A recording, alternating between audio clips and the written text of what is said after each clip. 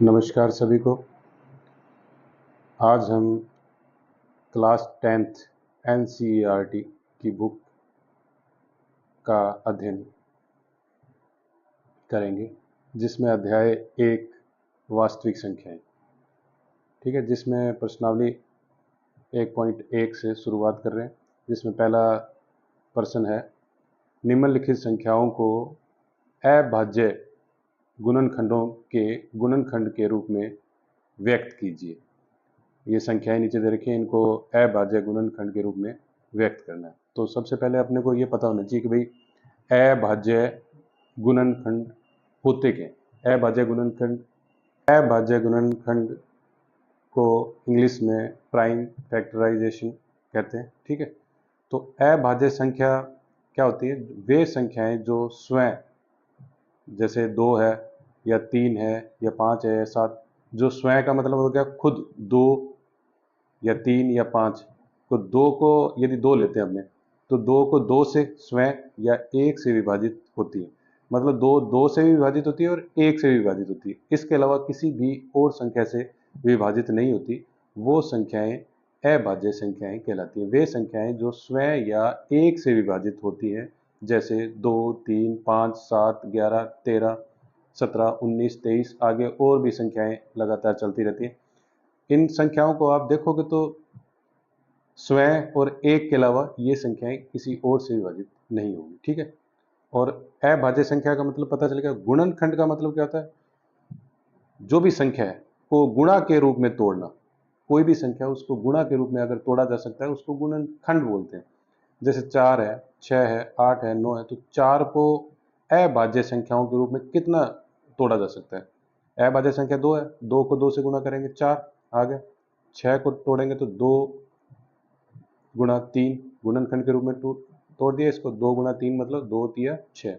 8 है, पहले 2 2 और 2, मतलब 2 दूनी 4 4 दूनी 8। ऐसे ही 9 है, 9 को 2 से तो ये डिवाइड नहीं होगी, क्योंकि जो भी संख्या अगर इकाई अंक सम में 0 है, 2 है, 4 है, 6 है, 8 है, अगर इनके अलावा कोई भी संख्या है तो 2 से विभाजित नहीं होती। तो 9 को 3 से करेंगे तो 3 मल्टीप्लाई 3, 3 गुणा। आपको अभाज्य गुणनखंड के बारे में बताया, ठीक है। तो अब करते हैं 140 के अभाज्य गुणनखंड।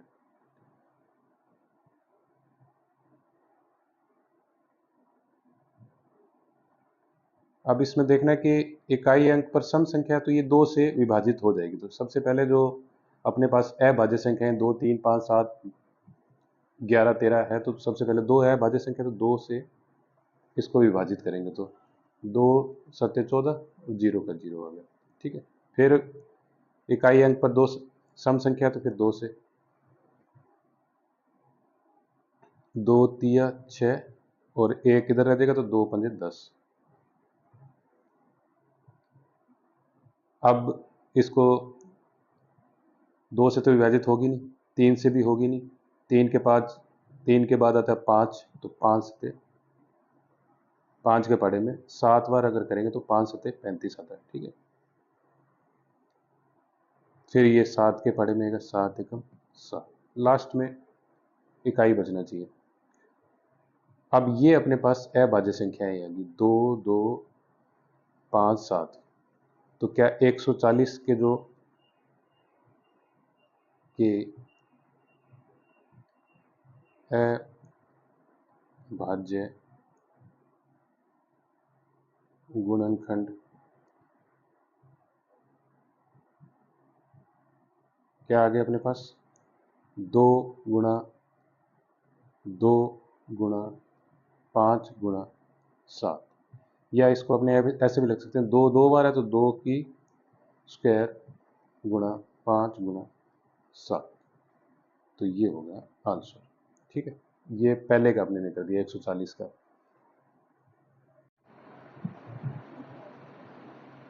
अब 2 नंबर पर है 156। 156 के अभाज्य गुणनखंड क्या होंगे?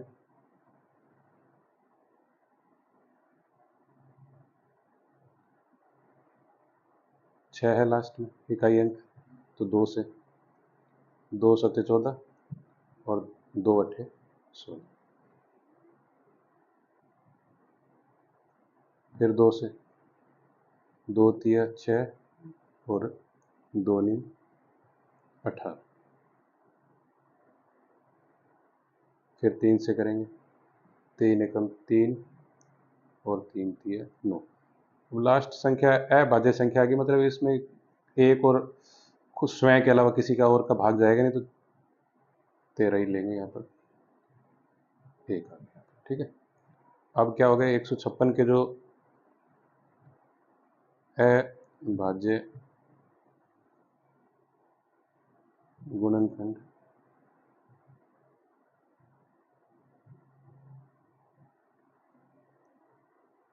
दो गुणा 2 गुणा 3 गुणा 13, तो इसको इस रूप में लिखूँ, 2 की 2 बार है, 2 की स्क्वायर गुणा 3 गुणा 13।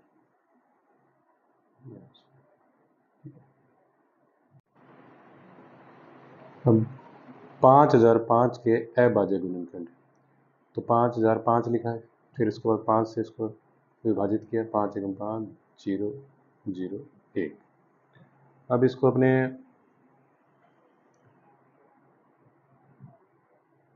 सात से करके देखेंगे, क्योंकि 2 से ये जाएगा नहीं, 3 से भी जाएगा नहीं, और अभाज्य संख्याएं कौन कौन सी थी, 2 3 5 7, 5 से जाएगा नहीं क्योंकि लास्ट में 1 है। फिर 7 से करेंगे,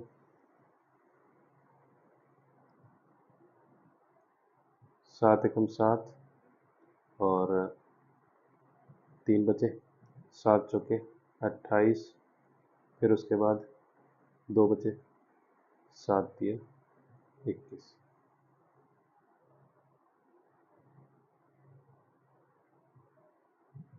फिर 7 के बाद 2 3 5 7, 7 के बाद 11, 11 से इसको भाग देंगे, 11 एकम 11, 11 तिया 33, तो 13 भी एक है भाज्य संख्या। तो इसका क्या आ गया कि अभाज्य गुणनखंड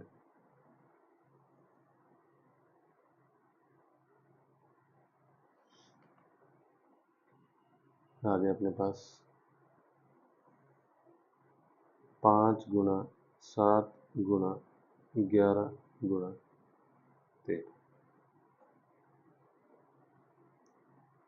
ठीक है, यदि आपको अभाज्य गुणनखंड निकालना मेरे द्वारा जो बताया गया है वो अच्छा लगा हो, तो प्लीज़ मेरे चैनल को सब्सक्राइब करें और लाइक करें और ज़्यादा से ज़्यादा शेयर करें, ताकि मैं इसी तरह अच्छे वीडियो आपके सामने ला सकूं। जय हिंद।